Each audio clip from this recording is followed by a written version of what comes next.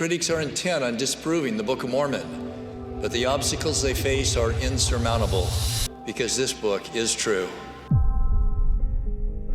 To suggest that Joseph Smith at age 23 possessed the skills necessary to write this monumental work in a single draft in approximately 65 working days is simply counter to the realities of life. Critics must explain how Joseph Smith, a 23-year-old farm boy with limited education, created a book with hundreds of unique names and places, as well as detailed stories and events. Many critics propose that he relied upon numerous books and other local resources to create the historical content of the Book of Mormon. There is not a solitary witness who claims to have seen Joseph with any of these alleged resources before the translation began.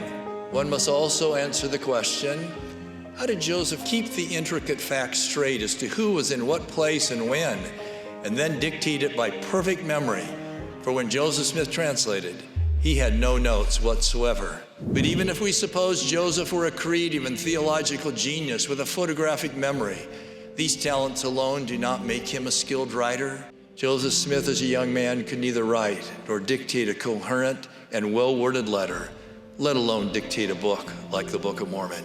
And where did he get such profound doctrine, much of which clarifies or contradicts the Christian beliefs of his time? For example, the Book of Mormon teaches that the fall of Adam was a positive step forward.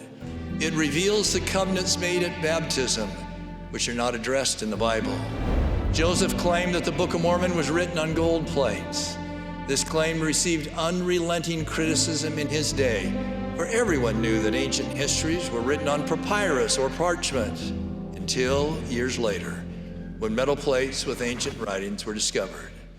In addition, the critics claimed that the use of cement as described in the Book of Mormon was beyond the technical expertise of these early Americans, until cement structures were found in ancient America. If Joseph were not a prophet, the critics must make the argument that he was a genius. To believe such, I would have to disregard the testimony of every one of the 11 witnesses, even though each remained true to his testimony to the very end. I would have to ignore the fact that multitudes, including myself, have come closer to God by reading this book than any other. And above all, I would have to deny the confirming whisperings of the Holy Spirit. God's fingerprints are all over the Book of Mormon. This book has inspired millions to reject Satan and to live more Christ-like lives. If one will take the time to humbly read and ponder the Book of Mormon, then he or she will eventually receive the desired witness. It was revelation, not brilliance, that was the source of this book.